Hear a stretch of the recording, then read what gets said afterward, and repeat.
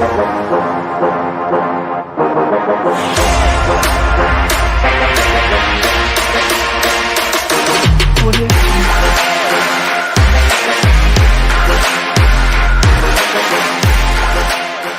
Madrid 2, Manchester United 0, and a very good game of football indeed. Real Madrid took the initiative very, very early. A brilliant goal, a wonderful chip from Jude Bellingham, demonstrating his class and why Real Madrid invested so much money in this young Englishman. The midfield of Real Madrid, powerful, strong, and very dominant at times in that first half. And Man United had a very early blow. Mainu got the start, and Man United fans were excited. Man United fans were, I'm not sure I say it in the right way. Man United fans were in the sort of mindset of, yeah, we've got an opportunity here. We've got a chance here. There is a chance to see this young kid demonstrate his quality in that midfield. But less than 2 minutes in, he picks up a freak injury from a freak collision and comes off. And I do think, Eric, if we're going to judge this game as a football match for a moment, instead of assessing ourselves ahead of the new season, the mistake from Erik ten Hag came from not moving Bruno into the centre. Mount should have gone back into the midfield. I would not have brought Eriksen on. Eriksen, good technically, but up against the Camavengers and Tchouaménis of this world, he just isn't going to have the physicality to be able to cope. However, Man United were not overrun for large parts. We actually had majority of the ball, 51 to 52% of it in that first half. The problem for Manchester United was we played with our backs to goal too often. We weren't attacking the fullbacks enough, and we weren't playing on the half turn. Partly that was us and maybe a lack of confidence, maybe a lack of belief. Equally, Real Madrid defended very, very well indeed. In the second half, Man United were probably the better of the two teams for large parts, but Real Madrid again defended resolutely, some good saves and blocks when they needed them, and Joselu's goal at the end to seal it 2-0 was absolutely spectacular. And it was a very good game, a very high quality game of football, in my opinion. Gutted that Man United have lost. Really, really gutted that we have lost. I want to be very consistent and very honest.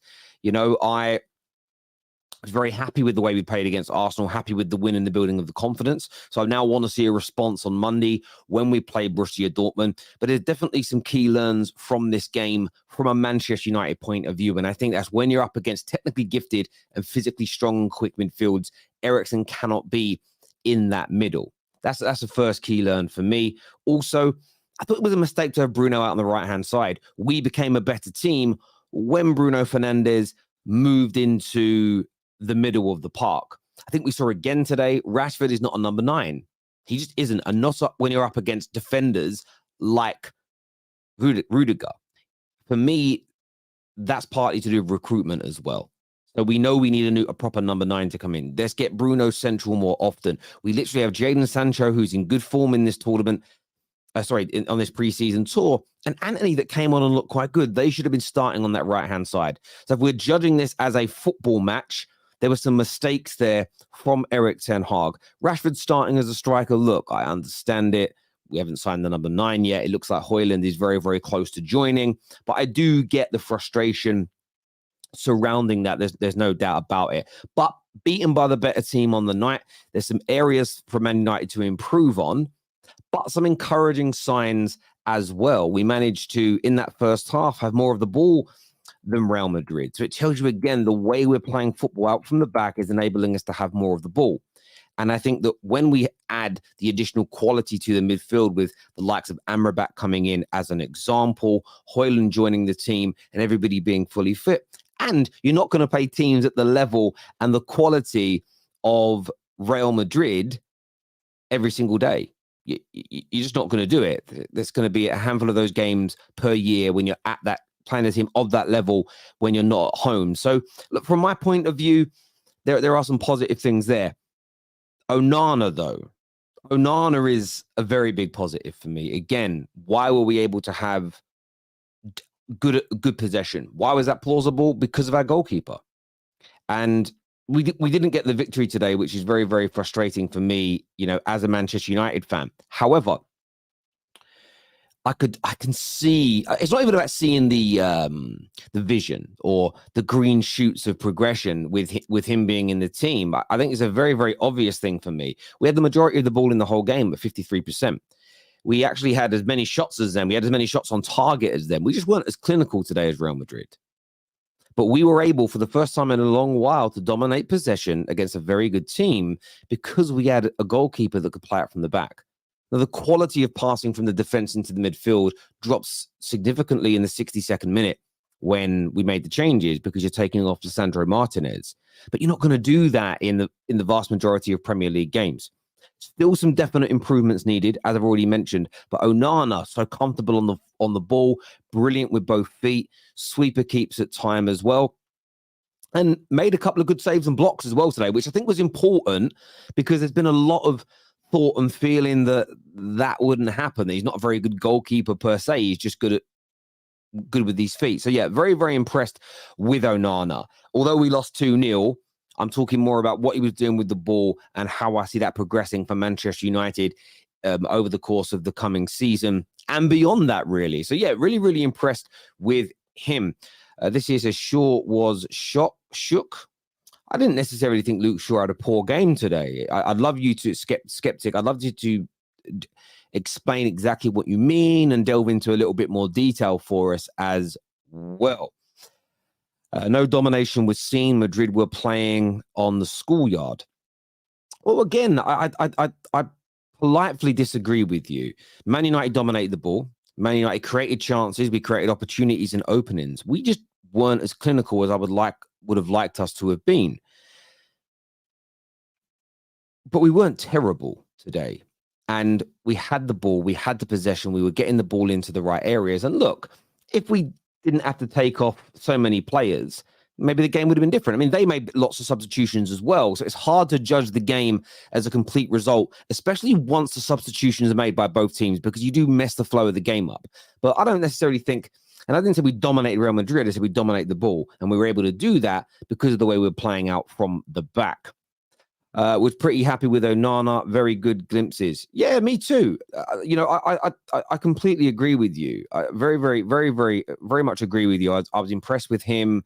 A good start, and I think we know what we're going to get from him today. No, not talking Chelsea days. It's just so hard with all these preseason games on this late at night, and it's like I can't watch all of them. I'm going to do the Chelsea's next preseason game. Though I'm going to do a feature on it ahead of things. I watched bits of it tonight, but not all of it because I was watching the Man United game. So yeah, apologies, my friend. But we will be covering Chelsea very, very soon. We just desperately needed a striker. Also, Bellingham goal miles offside. Yeah, I mean, we haven't even mentioned that yet. Bellingham's goal was offside, in my opinion, but no VAR in play. So it is what it is, really. But yeah, the finish was great. And we desperately need a number 9. In the first 2 preseason games, when we brought the young number 9 from the academy on, we looked a little bit more balanced, and we need that today. Yeah, I'd love to have seen Rashford again. I'd love to have seen Rashford and Garnacho, or Rashford and Anthony, whoever it may be, start either side of a number 9 and really run at that Madrid backline to really test ourselves. So I agree with that. If Madrid had a striker, they would have scored 4. Yeah, if Man United had an out-and-out number 9, we would have scored more as well. I agree. Both teams lacked that number 9 presence tonight. I think you're absolutely correct when you say that. Dominated the ball. What game were you watching? I was watching the game where Manchester United had 53% of the ball, which means we had more of the ball.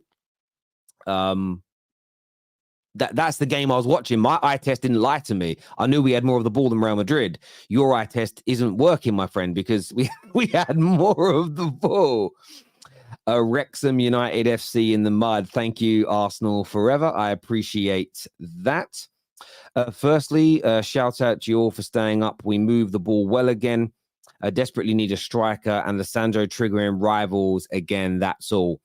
Joshua Jack, long time no see, bro. I hope you're well. Look, from my point of view, I've said this before, and I'm going to say it again.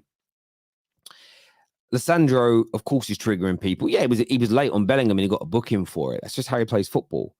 And there was bad tackles on our players tonight as well. Nobody was crying about that online. We did move the ball well. However, in the first half, we should have been more on the half turn. We didn't have any pace on the right-hand side in the attack, which made it difficult for us to get at them. And I think that was a tactical mistake by Erik ten Hag that I don't want to see personally happen again. Equally, I'd have put Mount on the right.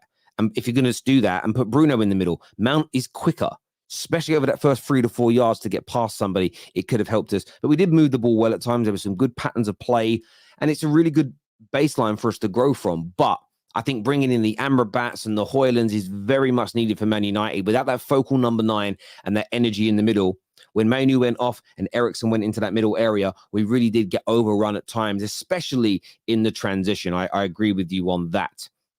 Ganso here says a team is Toothless, Crackhead FC, Grandmother FC, Dentures FC. I rate Højlund, but he's not enough to fix the attack. We need to create higher quality chances. We barely created any tap-ins. Casemiro sucked. I thought Casemiro did a good job defensively. Some of his distribution today wasn't at its best. I understand where you're coming from. The reason that we weren't able to create those tapping opportunities, by the way, Madrid didn't really create any either, and they had a lot of their stars out there tonight, is partly because we don't have a number 9 whose hold-up play and movement brings people in and drags people out of position. I also think we lacked Bruno in that central area, and we needed it earlier in the game. And you are right, there was a lack of clinical edge at times from Manchester United. I want to see that improve a little bit. However, we have to also be very, very complementary to Real Madrid. They defended very, very well at times as well. So I think a lot of what you're saying is correct. You've got to put some of that down to the quality of Real Madrid, but I want to see an improvement in this. We haven't been as clinical as I would have liked us to have been on this preseason tour. However, we also know that you can't read everything into preseason. I've said all along, preseason's important. Winning these games is key. Improving the team is key. However, I've seen teams lose the majority of their preseason games and go on and win Premier Leagues. I've seen some do it. Last year, City weren't great in preseason. They've done a treble. So it's not the be-all and end-all. But there are indicators. So I think you make some good points there, my friend. I feel Martinez will give out free kicks with his tackles. This will end up creating issues with the team. The thing with Martinez, right? He's the goal that he gave away. Sorry, the free kick that he gave away was in the middle of the park. It isn't anything to worry about. He's not. If he's making those tackles on the edge of the box, in his own box, I hear you, but he isn't really doing that. Kerry here says, now it's a pre-season game, laughing my ass off. Hypocrite. Well, when Man United beat Arsenal the other day, I said, of course, I'm happy to win. The same as I said tonight, that I'm disappointed to lose. But I said this after we beat Arsenal. I said there's some very good indicators here for Man United, some very good moments from us. But I also said I'm not getting too carried away because it is pre-season. So there is no hypocrisy in any way or shape or form. The same as I said to Arsenal fans that were overreacting because of that defeat, that, look, it was poor in areas. There's some problem areas within that game. But again, the difference between the two teams was 2 mistakes in terms of the scoreline. So don't throw baby out with the bathwater. I very clearly said that, Kerry Parker. Very clearly said that, not just on the match reaction, but I also stated that with the show with Lee Gunner and on the Top 6 show on Monday. So zero hypocrisy whatsoever, the same fairness, the same balanced nature as it is. As I've said all along, and Angry Goon is saying the same, now it's pre-season. I have said I'm disappointed to lose tonight. I have criticized elements of our performance and what the manager did. But equally, I'm not sitting here fuming like we've gone out of the Champions League because it is pre-season. Exactly the same reaction I had. Now, of course, when you win a game, you're happier about it than when you lose. Surely that's acceptable, even to Arsenal fans that are watching right now. Should have signed Veghorst. Maybe. This here says Mount looks stinky. I'm not going to lie. Yeah, I wasn't impressed with Mount tonight, and I haven't really been impressed with him in pre-season at all. He's looked a little. I said this about Kai Havertz, and I'll maintain the same unbiased approach when speaking about this. He looks devoid. Okay, let me. I was quite impressed with him against Arsenal deeper in the middle. I thought he did quite well, but overall this pre-season, I haven't been moved by him. And I think he's suffering with what Kai Havertz is suffering with. I think there's a lack of confidence in him due to how last season went at Chelsea. And I have a feeling that depending on who we sign in the next 19 days before Man United play their first Premier League game, I don't know if he starts. I don't know if he starts. He isn't moving me enough. He did nothing today in the 10 position. He looked better when he went out onto that right-hand side, but maybe he looked better because the team improved because Bruno was in his best position. But yeah, I wasn't impressed with Mount in any way, shape, or form today. He disappointed me. He really, really did. There's no doubt about it. We've got another now it's pre-season comment. As I said already, and I'll say it one more time again, when we beat Arsenal, I was happy to win the game. Tonight, losing to Real Madrid, I'm disappointed. I've criticized my team in every pre-season game and praised elements of my team in every pre-season game, the same as I've done with Arsenal so far. But like I said to Arsenal fans the other night, I don't know why you're screwing and kicking off like you've just been knocked out of a big competition, because it is pre-season and it's practice. Essentially, what pre-season is practice. Now, you want to see your teams play with intensity. You want to see your teams play well. You want to see improvements. But if it goes wrong, this is the best time for it to go wrong. So, yeah, I know you're probably saying that as a bit of a joke, but there we go. What's the word I'll use? Yeah, beta banter. I call it beta banter. Staffy's going to join us on the show now and give us his opinions. How you doing, mate? I've been better. I've been better, Terry. I hear you. You sound really disappointed. What's up? Oh, I just became a meme on my first live stream on my channel because some guy that I haven't heard of until today just dunked on us on the far post in the last 3 minutes of the game. You know what's funny, Terry? I was making fun of him in the comments. I was just saying, "Oh yeah, I don't know who this is. This guy's a Spanish farmer." And then he just comes out of nowhere with the stone cold stunner in the last 3 minutes and absolutely dunks on us after like a disappointing game already. Absolutely shocking game by most of our players. Yeah, no, there's no doubt about it. Just want to respond to Rowan here. I did say there's no friendlies when Man United are playing Arsenal or Chelsea or Liverpool. I didn't mention when we're playing Real Madrid. So again, you try. Listen, people, when you take a shot at the king, don't miss. And I hope your girlfriend's not watching Rohan, because she'd be leaving, bruv. She'd be leaving. She's walking out. Even if it's the middle of the night, she's going to go, right, I'm going back to my dad's house. I'm leaving. Don't embarrass yourself, my friend. That's not what I said.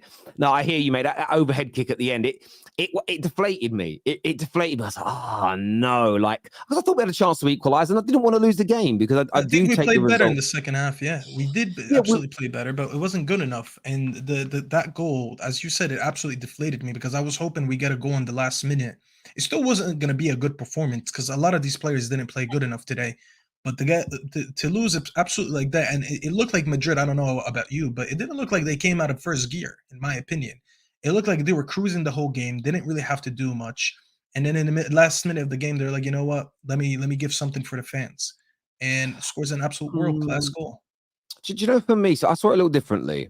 I kind of looked at it as we both. You got to remember, it is preseason, so that no one's playing. I think they play at 100%, but you're only doing it for certain periods of time. I thought we did really well at times against them, though. We won the ball back well at times.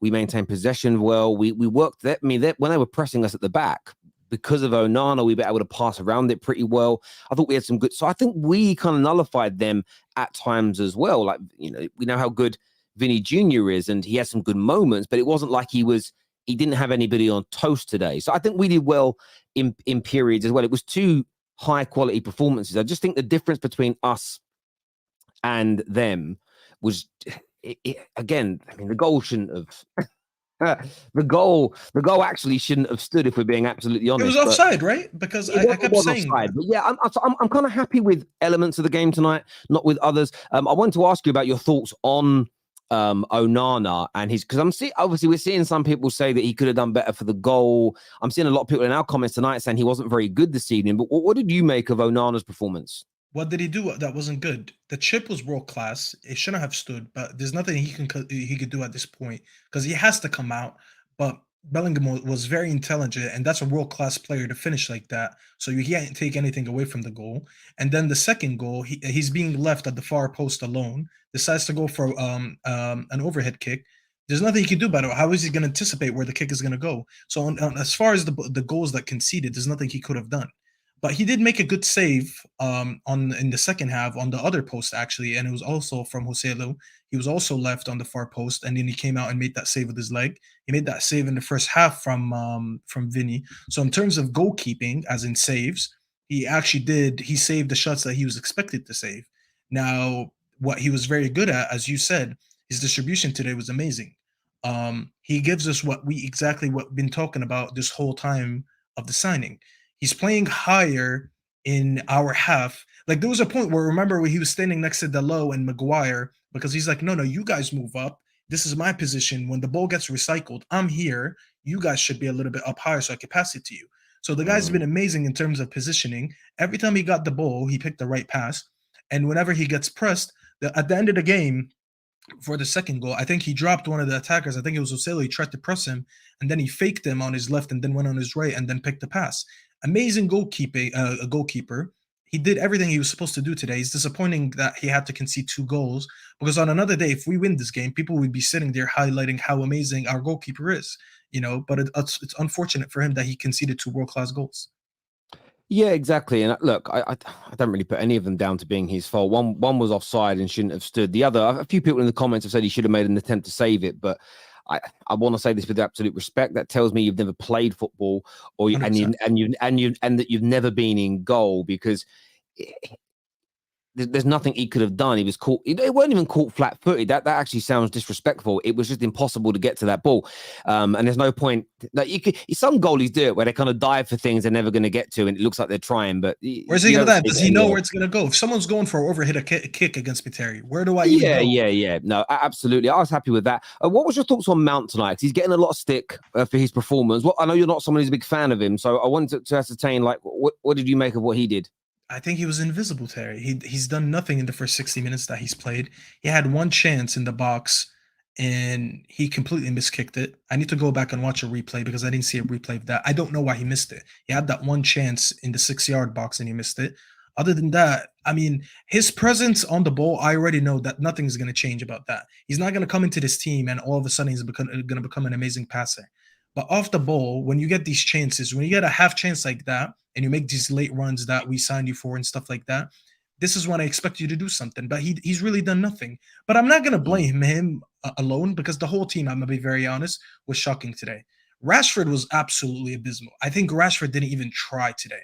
The couple times he got the ball, I don't know what he was doing. Bruno was very wasteful with the ball. So the people around Mount that are supposed to be better than him weren't actually doing what they're supposed to do. So I understand Mount had a bad game, but even I know not to really criticize him the most this game, because he's done nothing that I expect. I hear you. Like, do you know what it is with Rashford? Rashford is very good on the left-hand side. The problem is he's not a very good number 9. He's up against Real Madrid, and it's not his position. He's just not that great at it, which is why, if I'm going to criticize the manager today, you've played Sancho in the false 9 role twice. And then it was almost a case of start him again but put Rashford in his strongest position. Equally, Bruno in his strongest position. Those little areas I think would have made us a better team today. And that kind of frustrated me a little bit that we didn't get to see that. The next mistake from the manager was definitely when Mainu comes off. And I was so gutted to not get to see him play. I was so intrigued to see how he would come up against, on that side of the pitch, it would have been Tchouaméni. And you just think that's a real good acid test. And 2 minutes in to go off injured was crazy. But to bring Eriksen on into the middle, again, what you should be doing is maybe bringing on Sancho or Anthony, putting them on the right, Bruno in the 10, Mount in the midfield. That's what I would have personally done. But I'll tell you what, Terry. You need the energy. You need the energy. No, I get what you're saying, but I'll tell you what. He wanted to try something, the manager. And losing a personnel doesn't mean that he's going to change the formation after 1 minute. So he went for the next sub that made sense. He still wanted to go with that formation. So he brought on the next personnel that could come on. Yeah, he wasn't going to give up the formation right away. That's a great shout. I'm judging it as a game I wanted to win, as opposed to, again, this is the one thing I was saying to Arsenal fans the other day. When, it's great to beat them, but you can't go too crazy with it, this is the time to try things out and make those mistakes. You don't really want to be getting to the first game of the season and go, right, we're going to try an experiment today that we've never tried before. Cam's with us as well. How you doing, bro? You good? I'm good, man. How you doing? I'm all right. I'm all right. It's nearly 4 a.m. and I don't know when I'm going to get any sleep, but it's all good. It's all good. Yeah, man. So I I had a little argument. I missed what Staffy or you guys are saying, but I'm going to say what I saw, which I actually had no problem with the way he played today. I think to call it shocking was wild. I think in the second half we were the better team for a lot of the game. Weirdly enough, I agree. Rashford looks out of sorts against good teams at striker. It's not really his position. And up against Rudiger, I forgot how good Rudiger is. I'm not gonna lie. He cut out a lot of what we did today. Honestly, Garnacho looked a little too hyped up in moments, but he took his man on multiple times. He beat his men multiple times. Garnacho on another day scores that ball that he puts on his right foot. If he keeps it down, we've seen him score that goal multiple times now. We had multiple chances to score. So I'm very shocked at saying we were shocking today. I don't think we were. You amazing, don't think but the first half we were shocking, Cam? You think we had a good shock? I think shocking is an absolute exaggeration. I think we played Cam, against one of the best teams in the world. Cam, we were playing against an overloaded midfield. First off, everybody's talking about, oh, it's really tough for us to keep the ball in the midfield or whatnot. First off, our possession in the first half was 51%, so it wasn't actually that bad possession wise. If you're gonna use that number, the possession is something that is a stat that you can track, basically saying who had the ball when, right? Yes, Real Madrid had the ball probably in some more dangerous positions, but they overloaded their midfield against us today. That was a very clear thing that we saw today. Both of their goals that they scored on us, let's be honest, one was we were on 10 men, so there was a ton of space, and they played that perfectly, and AWB played him onside. If AWB steps 1 foot on that goal, never happens. So the trap was off. That's realistic. That was the biggest problem on that first goal. Like, tell me something else. Tell me what else went wrong on that goal other than being 10 down and them having the space and AWB being just slightly out of position. It's not like it was a howler of a mistake or anything. It was a very well played goal by them. So I'm not saying they weren't better than us, but you saying that we were shocking is an absolute exaggeration. We were shocking because when I talk about the first half, if you name me everyone who played in the first half, other than Onana and Varane and maybe Lisandro, I can't name you anyone that played well. Garnacho was overdoing it. So many unnecessary step overs, and that's what I was worried about this kid. He's doing all these step overs for no reason. Okay. Rashford was doing nothing, but then you guys said he was playing in the middle. Vinny was playing in the middle, but he knew every time Vinny got the ball, he knew when to go wide. Vinny was playing off the left. He was playing. No, he wasn't. No, he wasn't. He was playing. He was playing a top two. Him and Rodrigo. Yeah, they go wide. Yes, but they were split wide. Listen, they weren't playing just two strikers. No, hold on. No. Just you're not letting me talk. No, you're not letting me talk. When there's two strikers, I understand you don't just play as a central lone striker, but his positioning starts central and he goes wide. Every time Vinny got the ball, he looked much more dangerous than our star player. Our star player is Rashford. He gets the ball and he doesn't do anything with it. And this is my frustration with him today. He looked like he wouldn't be bothered. Well, so to be correct, so what you just said there, so Vinny is more naturally a left-sided wide player, right? And what you said is what I just said. They split out wide. Vinny was getting the ball in his most natural positions. No, but he got it in both positions. That's what I'm saying. But when he was lighting us up, was from the left. When he was making because he knows when to go wide, Cam. That's what I'm trying to say. He knew when to split up. But Rashford wasn't playing with a split striker. He's playing by himself as a lone striker. He's not meant to go occupy Garnacho's You can still go wide. He's played in this position multiple times. He's played in this position multiple times. No, but this is. But what do you mean? You can interchange. Real Madrid, no, but that's not clearly. That wasn't the game plan. Garnacho was staying wide the whole time. He was not. All right. So when I say the game was shocking, instead of complaining about one or two players, you can admit that the whole team was shocking. Because even Bruno, I don't think the whole team was shocking. Bruno was out of position. Yes, I get that. I can't say that he didn't play shocking. He played bad. He was really bad off the position. Why he played Bruno there, that's a different story. Bruno on the right. I will say this right now. Bruno on the right. I don't want to see that again. I will actually say that. So I need to stop seeing that. I disagree with you, Bruno on the right.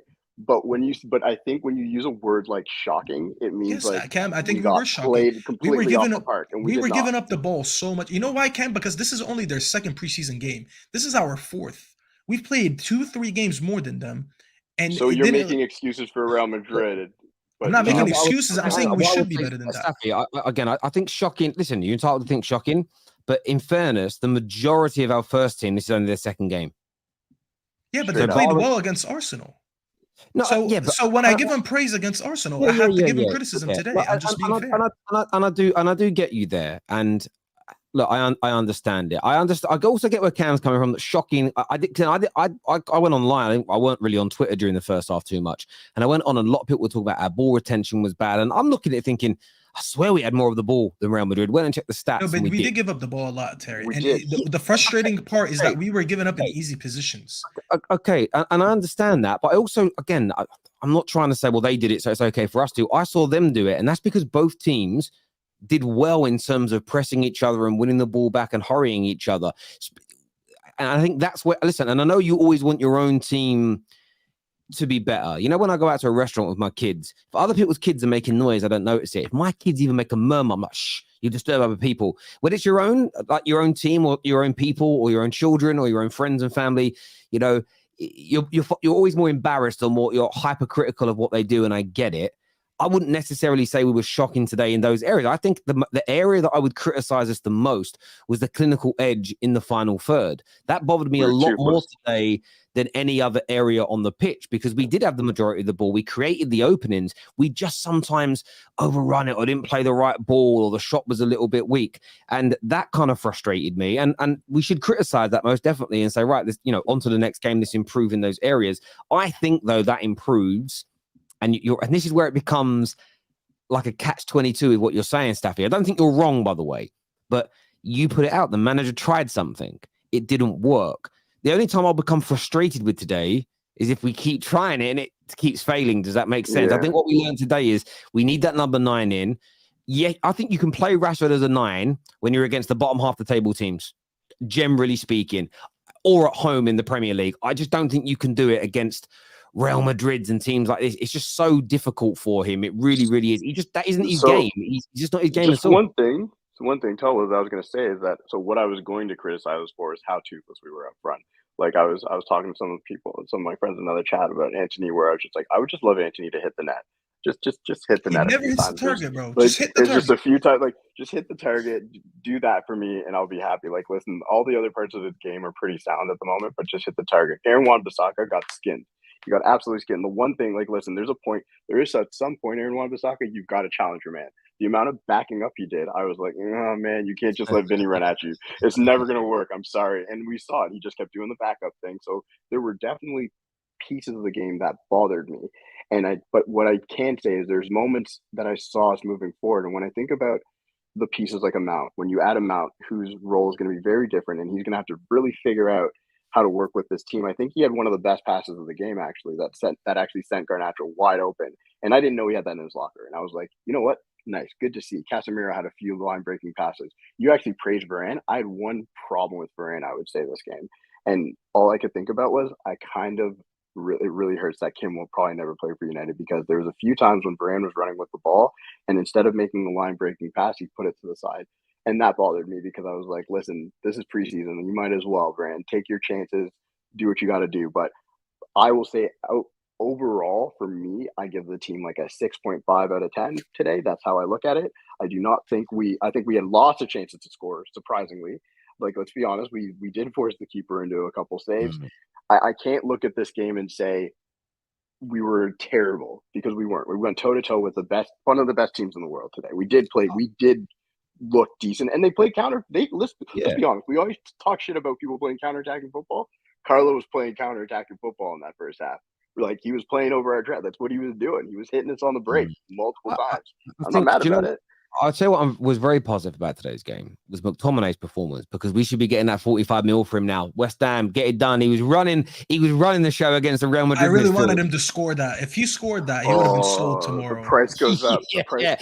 He was so. But you know what happened? Do you know why he didn't score? But this is the clinical edge situation. I think he had indecision. Do I play someone in, or do I go for goal? And as soon as he started second guessing himself.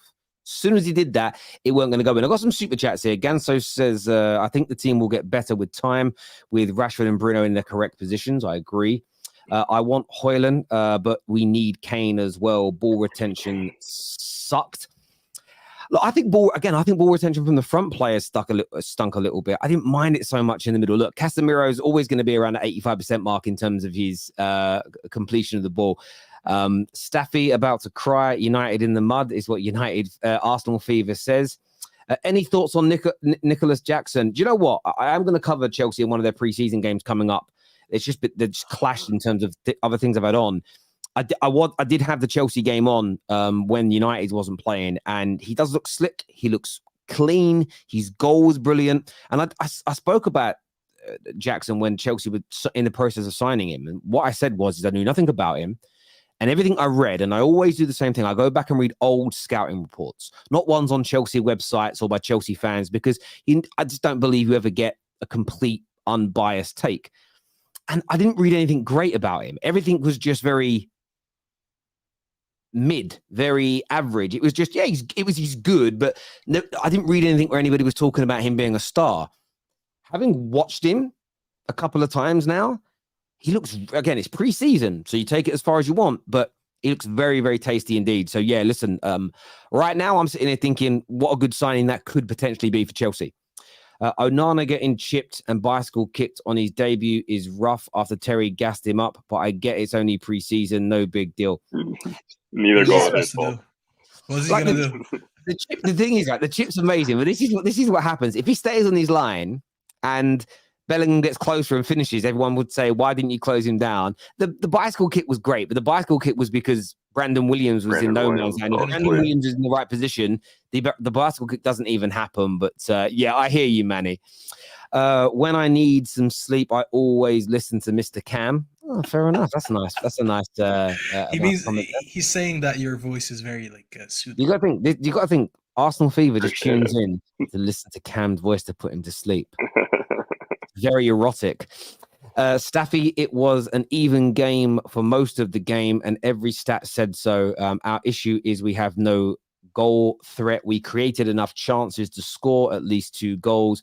We need a striker. That's it, is what She Loves Arsenal says. Thank you for that super chat as well. They could have scored more too, because if Onana doesn't make that save on the far post from Joselu, if Varane doesn't clear that ball with his back heel, they had chances too. I think their point though is that I think the point is that what they're saying is that we were in the game. Like I think we were in the game in the second half. Cam. I think maybe this is where like we tend to disagree, is how heavy. Like a word like shocking to me, I need us to get better for you to use that word, because if you're using shocking all the time, then it becomes a point. It's like, well, when Cam, giving up the ball needlessly in the first half when you're not even being pressed, giving the ball away every time. They were closing us down though. They were closing. Not as much as you would think. I saw Wan-Bissaka, by the way. I never want to have this conversation with anyone again. I'm sorry, Terry. Don't ever tell me this guy improved again, because that guy's horrible, and we're never going to move forward. I don't agree with it. He's never. Every time he gave away the ball, I'm like, KG and Terry, if they ever talk to me about Wan-Bissaka again, I'm gonna be one of these guys who sits there and makes 20-minute compilations and just make one for Wan-Bissaka and send it to Terry every time he talks about Wan-Bissaka. Because we will never move forward as long as this guy in the team. No, bro, that role should not be on the pitch. Look, listen, I hear what you're saying. He's never been that great on the ball, but he definitely improved last season and had a good back end of the season. Again, you got to understand, saying he's improved and is doing well isn't me saying he's one of the best right backs in world football. The thing is that we have lots of holes in this. This is the one thing I've said to Man United fans. There's loads of holes in this squad at the end of last season. But the one area where we didn't need, in my opinion, to focus on first was the right back position. We know striker, midfield, goalkeeper, these areas are more pressing. And I think we can get through the season with those two at right back. We're not going to be playing teams of the quality of Real Madrid. And as that last comment said from our member Nav, they had 4 defenders and 3 midfielders and played with a lot of bodies behind the ball. And there's a compliment in that somewhere that Real Madrid played counter-attack football against us and made it hard for us to break them down. How many teams are going to play low block against us and counter-attack football with the quality of players they've got? Not very many. That's why we played better against Arsenal, because they were far more open. But look, boys, I appreciate you coming on. I know that it's late. Viewers, hit the like button for us. Make sure you're subscribing. Back tomorrow with more content, including transfer updates, top 6 show, and much, much more. Until next time, take care. Goodbye. God bless. And we'll see you all again soon.